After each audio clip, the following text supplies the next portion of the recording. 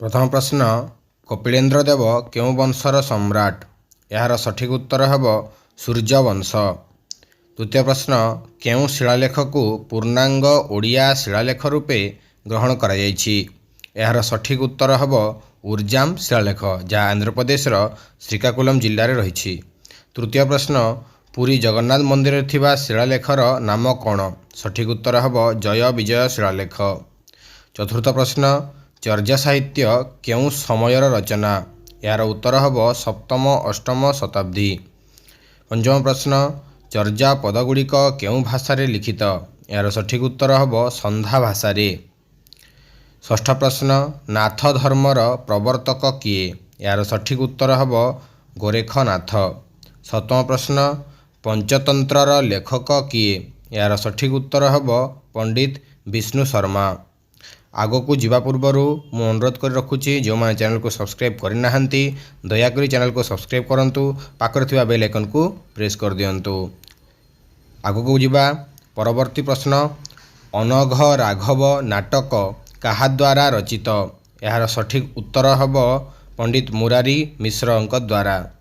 नवम प्रश्न सप्तशती किए रचना करथिले। यार सठिक उत्तर हेब गोवर्धन आचार्य। दशम प्रश्न बेणी संहार नाटकर लेखक किए। सठिक उत्तर हेब भट्ट नारायण। 11 नंबर प्रश्न साहित्य दर्पणर प्रणेता किए। समस्त जानिछंती यार सठिक उत्तर हेब विश्वनाथ कविराज। 12 नंबर प्रश्न परशुराम विजयर रचयिता किए। परशुराम विजय मध्य एक नाटक जहाँ जी संस्कृत नाटक को लिखिते कपिलेन्द्र देव। 13 नंबर प्रश्न राम विवाहर कवि किए। सठिक उत्तर हेब अर्जुन दास। 14 नंबर प्रश्न गोविंद गीतार रचयिता किए। गोविंद गीतार रचयिता होइछंती त्रिलोचन दास। से 15 नंबर प्रश्न रस बारिधि काहा द्वारा रचित।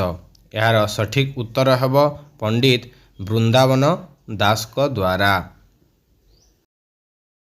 आसिया परवर्ती प्रश्न को ख्रीष्टाब्द 570 753 मध्य कंगोदरे केउ माने शासन करुथिले। सठिक उत्तर हेउची शैलध्वव वंशज माने।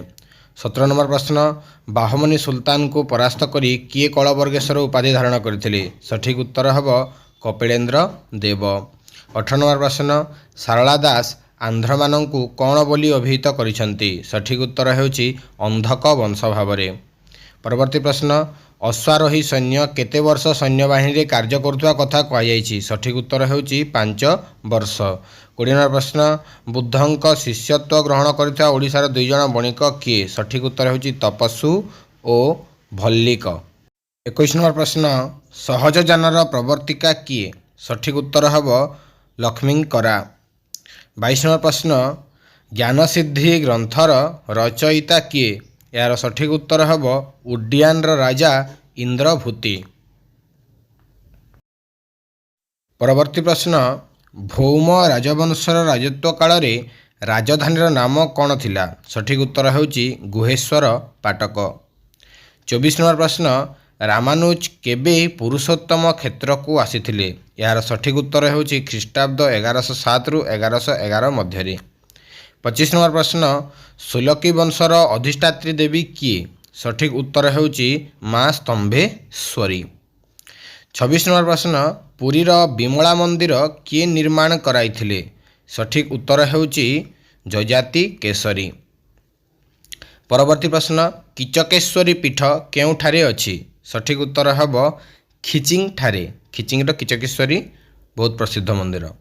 28 नंबर प्रश्न लोक साहित्य को अन्य अर्थरे कौन कहा जाइथाय। सठिक उत्तर हेउची मौखिक साहित्य बोली कहा जाइथाय। 29 नंबर प्रश्न शिशुवेद केउं संप्रदायर ग्रंथ। सठिक उत्तर हेउची नाथ संप्रदायर ग्रंथ। 30 नंबर प्रश्न ओडिशार राधाविहीन कृष्णमूर्ति उपासना को कौन बोली कहा जाए।